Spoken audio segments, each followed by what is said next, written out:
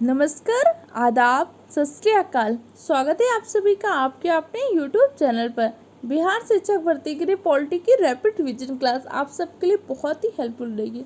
और इस बार के आपके एग्जाम में पॉलिटी से क्वेश्चन ज़्यादा पूछे जाएंगे, क्योंकि अभी आप सबको पता है कि 18वीं लोकसभा का चुनाव हो रहा है, जिसमें पक्ष विपक्ष एक दूसरे ऊपर आरोप प्रत्यारोप लगा रहा है। पॉलिटी के बहुत सारे मुद्दे चर्चा में रहते हैं, और जब कोई भी चीज़ करंट में ज़्यादा चर्चा में रहती है तो उससे जुड़े स्ट्रेटेजी के क्वेश्चन ज़्यादा पूछने की संभावना होती है। इसलिए आपके लिए इस बार पॉलिटी बहुत इंपॉर्टेंट होगी। इसमें हम क्या करें, एनसीईआरटी एससीईआरटी के साथ साथ आपके जो प्रीवियस ईयर में क्वेश्चन पूछे गए उन सारे क्वेश्चन को डिस्कस करेंगे, जो आपके आने वाले एग्जाम के लिए बहुत ही हेल्पफुल रहेंगे। अगर आप बिहार शिक्षक भर्ती परीक्षा के अलावा भी किसी एग्जाम की तैयारी कर रहे हैं और आपके एग्जाम में पॉलिटी से क्वेश्चन आते हैं तो क्लास आप सबके लिए भी हेल्पफुल रहेगी। चलिए अपनी क्लास को स्टार्ट करते हैं एक मोटिवेशनल कोट के साथ। कर ले सैर दुनिया की वो गालिब, फिर जिंदगानी कहाँ रह गई जिंदगानी अगर तो फिर नौजवानी का। अभी टाइम है, इस टाइम को यूटिलाइज करिए, मेहनत करिए। अगर आपका एग्जाम डेट आ गई ना, तब आप सोचेंगे भी ना कि अब मैं पढ़ लूँ तो कोई फ़ायदा नहीं होगा। ये टाइम में यूटिलाइज करिए। चलिए हम जानते हैं प्रस्तावना के बारे में। इससे पहले की क्लासेस चैनल की प्लेलिस्ट में आप वहाँ से देख सकते हैं। देखिए, प्रस्तावना हमने अपने संविधान में कहाँ से सोचा कि हमें प्रस्तावना चाहिए, तो यूएसए अमेरिका के संविधान से हमने प्रस्तावना लिया। अमेरिका के संविधान को जो हमने देखा तो हमने कहा कि इनके संविधान में प्रस्तावना है, तो अपने संविधान में भी हम क्या करेंगे, प्रस्तावना लेंगे। लेकिन प्रस्तावना की भाषा हमने कहाँ से लिया है, प्रस्तावना की भाषा हमने ऑस्ट्रेलिया के संविधान से लिया है। प्रस्तावना होता क्या है, प्रस्तावना एक आईना है कि हमारा संविधान के उद्देश्यों पर आधारित है। तो सबसे पहले 13 दिसंबर 1946 को जवाहरलाल नेहरू ने क्या किया था, उद्देश्य प्रस्ताव प्रस्तुत किया था। यही उद्देश्य प्रस्ताव आगे चल के प्रस्तावना के रूप में अपने संविधान में स्थान देते हैं। उद्देश्य प्रस्ताव को हमने 13 दिसंबर 1946 को प्रस्तुत किया था, जिसे हमने 22 जनवरी 1947 को क्या कर लिया था, पारित कर लिया था, पास कर लिया था। तो हमने अपनी प्रस्तावना लिया कहाँ से, प्रस्तावना को हमने अमेरिका यूएसए के संविधान से लिया है। जो हमारी प्रस्तावना में सारी शक्तियाँ किसको दी गई हैं, प्रस्तावना की सारी शक्तियाँ भारत की जनता में निहित है। हम भारत के लोग भारत को संपूर्ण प्रभुत्व संपन्न समाजवादी पंथ निरपेक्ष राज्य बनाने के लिए, मतलब सारी शक्तियाँ किसके पास है, शक्तियाँ आपके भारत की जनता के पास निहित है। और इसमें हमने सारी आदर्श आकांक्षाएं शामिल की कि भाई हम भारत को कैसा राज्य बनाना चाहते हैं। इसका उल्लेख हमने कहाँ पे किया है, हमने किया अपनी प्रस्तावना में। प्रस्तावना को प्रस्तुत किसने किया था, 13 दिसंबर 1946 को जवाहरलाल नेहरू ने उद्देश्य प्रस्ताव प्रस्तुत किया था, जिसे हमने 22 जनवरी 1947 को भारतीय संविधान के प्रस्तावना के रूप में अपना लिया था।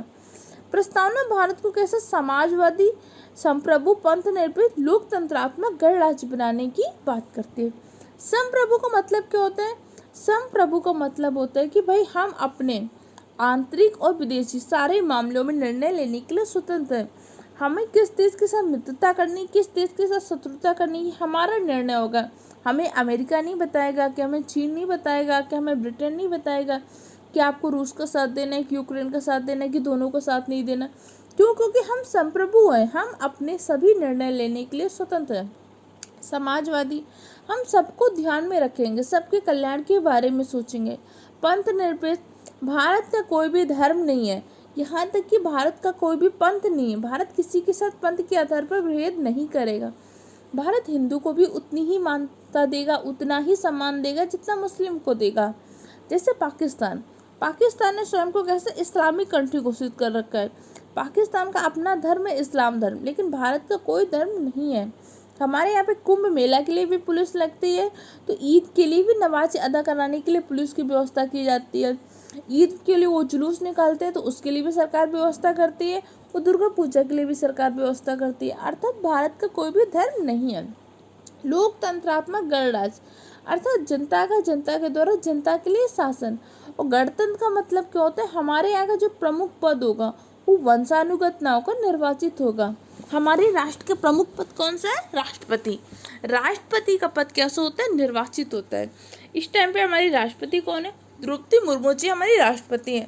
द्रौपदी मुर्मू का जन्म कहाँ पे हुआ था, उड़ीसा के मयूरभंज इलाके में हुआ था। द्रौपदी मुर्मू झारखंड की पहली महिला राज्यपाल भी हैं।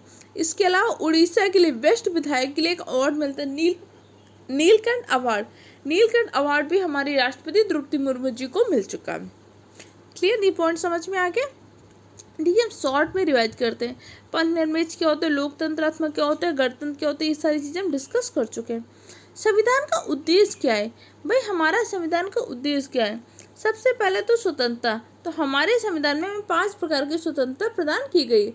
समता, 2 प्रकार की समता प्रदान की गई है, प्रतिष्ठा और अवसर की समता, अर्थात किसी भी वर्ग और किसी भी वर्ग विशेषाधिकार का अभाव हो, बिना किसी भेदभाव के लिए सबको पर्याप्त अवसर मिले। में प्रतिष्ठा और अवसर 2 प्रकार की समता का उल्लेख किया गया है। बंधुत्व मतलब भाईचारे की भावना, स्वतंत्रता, बंधुत्व, ये भावना हमने कहाँ से ली है, ये हमने फ्रांस के संविधान से लिया हुआ है। अब प्रस्तावना से जुड़े आपके कुछ निर्णय हुए थे, कई बार इससे क्वेश्चन पूछता है। सबसे पहले आपका 1960 में बेरूवरी यूनियनवाद हुआ था। बेरूवरी यूनियनवाद में प्रस्तावना को संविधान का अंग नहीं माना गया था, लेकिन बाद में 1973 में केशवानंद भारती केस होता है। केशवानंद भारती केस में प्रस्तावना को संविधान का अंग माना गया था। इसके साथ साथ हमारे संविधान की जो मूल ढांचा है उसकी व्याख्या भी हमारे केशवानंद भारती केस में की गई थी। बेरूवरी यूनियनवाद कब हुआ था, 1960 में हुआ था। बेरूवरी यूनियनवाद में प्रस्तावना को संविधान का भाग नहीं माना गया था। इसमें कहा गया था कि भाई प्रस्तावना हमारा एक आईना है, प्रस्तावना एक सिलेबस जैसा है कि भाई इस बुक के अंदर आपको ये सारी चीज़ें पढ़नी है। लेकिन उसके बाद केशवानंद भारती केस में सुप्रीम कोर्ट ने अपने ही फैसले को पलट दिया। उन्होंने कहा कि जो प्रस्तावना है ये भी हमारे संविधान का भाग है। अगर हमारे संविधान का भाग है तो हम प्रस्तावना में भी क्या कर सकते हैं, संशोधन। तो क्या हमने कभी प्रस्तावना में संशोधन किया है? बिल्कुल। 42वां संविधान संशोधन 1976 के दौरान हमने प्रस्तावना में एक बार संशोधन कर चुके हैं। हमारे यहाँ पे प्रस्तावना में अभी तक सिर्फ एक बार संशोधन हुआ है, 42वां संविधान संशोधन 1976 के द्वारा। इसके बाद क्या होता है, LCD ऑफ इंडिया वाद होते हैं 1995 में। उसमें भी कहा गया कि भाई प्रस्तावना हमारे संविधान का अंग है, लेकिन सीधे न्यायालय में लागू नहीं किया जा सकता। मतलब अब प्रस्तावना में बहुत सारी चीज़ें कहेगी, लेकिन सारी चीज़ों को हम सीधे लागू नहीं कर सकते। जैसे हम कहते हैं राजनीतिक न्याय की बात करते हैं, हम सामाजिक न्याय की बात करते हैं, हम आर्थिक न्याय की। क्या अभी हमारे भारत में आर्थिक न्याय नहीं है? अभी की रिपोर्टें हमारे यहाँ पे इस बार 100 साल से ज़्यादा में आय में असमानता देखी गई है। आय असमानता का मतलब क्या होता है, अमीर और गरीब वर्ग में क्या है, बहुत ज़्यादा अंतर है आय का। तो हमने तो बात की आर्थिक न्याय की, सबको आर्थिक न्याय मिलना चाहिए, सबका संसाधनों का समान वितरण होना चाहिए। तो हमने कहा प्रस्तावना को हम ऐसा नहीं कर सकते कि न्यायालय में प्रवर्तनी जा सकते हैं। प्रवर्तनी का मतलब क्या होता है कि भाई आपके प्रस्तावना की बातों को नहीं लागू हो रहा है, आप उसके लिए कोर्ट गए, ऐसा नहीं कर सकते। जैसे हमारा फंडामेंटल राइट्स, मौलिक अधिकार, अगर आपका मौलिक अधिकार लागू नहीं हो रहा है तो आप कोर्ट जा सकते हैं, क्योंकि न्यायालय में प्रवर्तनीय है और बाध्यकारी है। जैसे हमारी डीपीएसपी ना ही प्रवर्तनीय है ना ही बाध्यकारी, उसी प्रकार से प्रस्तावना ना ही प्रवर्तनीय ना ही बाध्यकारी। देखिए रिवीजन क्लास है तो थोड़ी स्पीड ज़्यादा रहेगी, बाकी इन चीज़ों को मैंने डिटेल से सफलता सीरीज में पढ़ाया है। अगर आपने अभी तक सफलता सीरीज के वीडियो नहीं देखे तो चैनल के प्लेलिस्ट से जाकर देख सकते हैं। इसके बाद कहा जाता है हमारे संविधान में संशोधन में कहा गया कि प्रस्तावना में संशोधन कर सकते हैं कि नहीं। तो देखो अनुच्छेद 368 के द्वारा हम क्या कर सकते हैं, संविधान में संशोधन करते हैं। जब प्रस्तावना को हमने अपने संविधान का भाग मान लिया, जब प्रस्तावना हमारे संविधान का भाग है तो हम इसमें संशोधन कर सकते हैं। लेकिन केशवानंद भारती केस में कहा गया था आप प्रस्तावना में संशोधन कर सकते हैं, बिल्कुल करिए, लेकिन ऐसा कोई संशोधन मत करिए कि संविधान की मूल ढांचा में परिवर्तन हो जाए। अब जैसे हमारा भारत कैसे गणतंत्र राज्य है, भारत कैसे लोकतंत्र राज्य है, अब पता चले आप ऐसा संशोधन कर दो कि भारत को लोकतंत्र से राजतंत्र में बदल दो, भारत में संघीय शासन व्यवस्था आप ऐसा कर दो कि भारत में क्या हो जाए, राजतंत्र राज्य है। तो हमें कोई भी प्रकार का ऐसा संशोधन नहीं करना कि हमारे संविधान की मूल ढांचा में परिवर्तन हो जाए।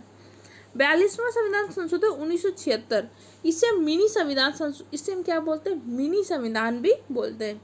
इसके माध्यम से हमने प्रस्तावना में संशोधन किया था। प्रस्तावना में संशोधन करके हमने 3 शब्द जोड़े थे, समाजवादी, पंथ निरपेक्ष और अखंडता शब्द जोड़ा गया था। तो प्रस्तावना में संशोधन कब हुआ था, एक बार हुआ है, 42वां संविधान संशोधन 1976। इसके माध्यम से समाजवादी, पंथ निरपेक्ष और अखंडता शब्द जोड़े गए थे। अब एक पॉइंट समझिएगा, कई बार एकता और अखंडता वर्ड आता है, तो समझिएगा एकता और अखंडता में अंतर क्या होता है? एकता जो होता है आपका मानवीय प्रतीक होता है। लोगों के मत में क्या होती है? एकता। अखंडता क्या होता है? अखंडता आपका भौगोलिक प्रतीक होता है। भौगोलिक प्रतीक क्या होते हैं? भारत एक अखंड राज्य है। एकता आपकी मानवीय होती है, जबकि अखंडता कैसी होती है? भौगोलिक होती है। क्लियर हो गया? समझ में आ गया? अब आगे हम देख लेते हैं जो हमारी 7वीं अनुसूची थी।